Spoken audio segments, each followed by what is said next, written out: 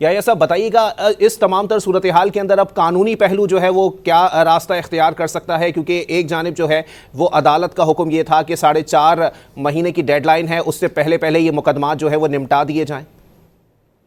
دیکھیں، justice delayed is justice denied, یہ ایک لا کی ایک بہت مشہور ایک سینگ ہے۔ بالکل، یہ جو فیصلے آج ہو رہے ہیں، دیکھیں یہ بھی ایک بہت ڈیلیڈ فیصلے ہیں۔ یہ فیصلے بہت جلدی ہو جانے چاہیے تھے، 2 سال عدالتوں کو لگ گئے ہیں یہ فیصلے دینے پر۔ اور یہ جو مئی 9 کا واقعہ تھا، واقعہ نہیں تھا بلکہ اس میں آپ کی پوری اسٹیٹ کے اوپر اٹیک کیا گیا تھا، اسٹیٹ کے جو بہت ہی امپورٹنٹ انسٹیٹیوشنز ہیں ان پر اٹیک کیا گیا تھا۔ پاکستان کی انفیکٹ اگر میں کہوں تو سوورینٹی پہ، ٹیریٹوریل انٹیگریٹی پہ ایک حملہ کیا گیا تھا۔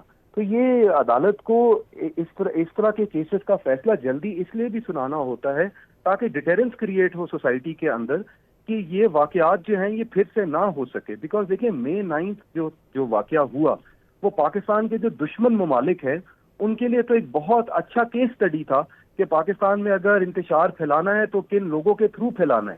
تو جو بھی لوگ اس میں ملوث تھے، جو لوگ اس طرح کی گھنونی سوچ رکھتے تھے پاکستان اور پاکستان کے اداروں کے خلاف، ان کے خلاف فیصلے ہونے چاہیے تھے، سخت سے سخت فیصلے ہونے چاہیے تھے۔ لیکن دوسری بات یہ ہے کہ دیکھیں، عدالت نے، آئین نے اور آپ کے نظام نے جسٹس سب کو دونوں پارٹیز کو سرو کرنا ہوتا ہے۔ تو دیکھیں، جب آپ کے فیصلے ہوتے ہیں تو پھر ہی لوگوں جو کنوکٹس ہوتے ہیں ان کے پاس یہ رائٹ آتا ہے کہ وہ اپیل کر سکے۔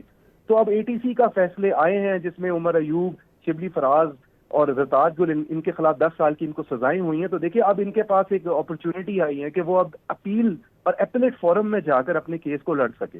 اب تو میرا اندازہ یہ ہے کہ یہ فیصلے جو ہیں امپورٹنٹ ہیں، یہ پہلے آنے چاہیے، یہ جلد فیصلے ہونے چاہیے تاکہ دونوں پارٹیز جو وکٹمز ہیں، دیکھیں اس میں وکٹم صرف شبلی فراز یا عمر ایوب تو نہیں ہے، اس میں وکٹم تو پاکستان کے ادارے بھی ہیں جن پہ حملہ کیا گیا، پاکستان کی بہادر فوج بھی ہے۔